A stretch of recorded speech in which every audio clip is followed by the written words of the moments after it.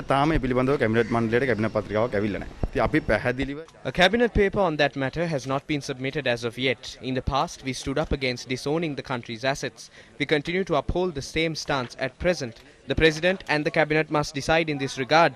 All relevant factors must be taken into consideration as well. We must understand the feelings of the people and the national requirement as well. When the Hambantota port was being sold, we opposed that heavily and even became imprisoned. We had to face negative impacts to protect national resources. But I regretfully note that the individuals who did not bat an eye when an entire port was being sold are now speaking about a terminal. Therefore, I wish to ask them whether the Hambantota port is not a national asset. When considering national assets, it does not matter whether it is in Hambantota or Colombo, or whether anyone is earning profits or commissions through it. What matters is whether it is suitable to the country or not, and whether it needs to be protected. Accordingly, we will continue to lead the struggle of protecting national resources. පැහැදිලිව ජාතික සම්පත් රැක ගැනීමේ සටනේ අපි ඉන්නවා. සමහර ඇමතිගොල්ලෝ කියනවා මේක දෙනවා කියලා. සමහර කමිටුලා කියනවා දෙන්නේ නැහැ කියලා. මොකද්ද මේ පරස්පර විරෝධී ගතිය? නෑ මම හිතන්නේ එක් අයගේ නොඑක් මත තියෙනවා. I feel they are expressing their personal opinion. I feel it would be unfair for me to comment on that.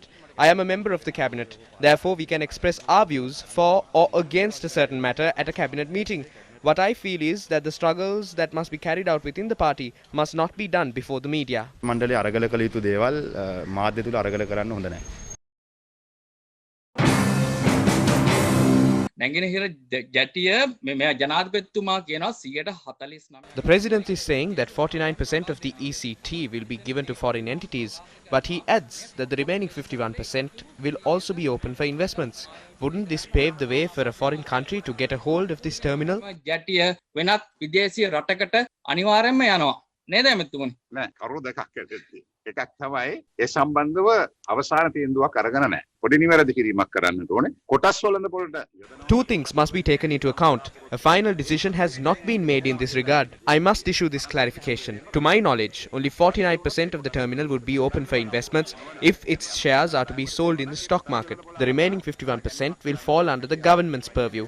My understanding is that if there is a requirement to sell the shares of the remaining percentage of the terminal, any entity will be able to purchase them through the stock exchange. But this is not the final decision. අවසාන තීන්දුව ගන්නකොට ඔබතුමාට ඒ සම්බන්ධව සවිස්තර දැනුම් දෙන්න බලන්න.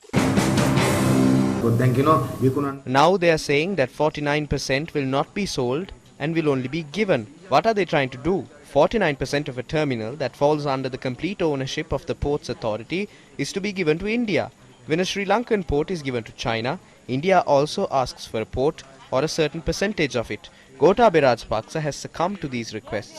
They are giving this terminal to India as ransom due to the pressure that it has exerted and not because of an inability to run its own operations. They are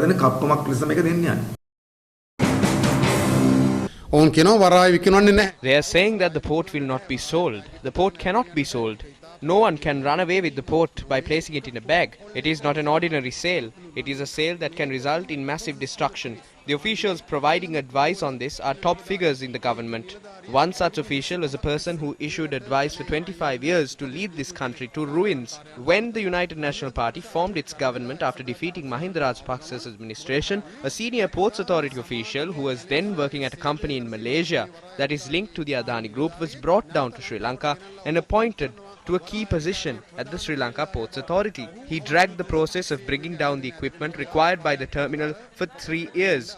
What should have Gotabaya Rajapaksa's government done when they came into power? They must begin work from the point in which Mahinda Rajapaksa concluded his stint as president. But is that what they are hoping to do? They are trying to carry out the activities that Ranil Wickremesinghe left behind or Maithripala Sirisena could not accomplish.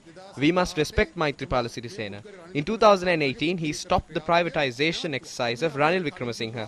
The port official in question is linked to a company that is involved in managing another terminal. It is a leading company in Colombo. He is related to that company.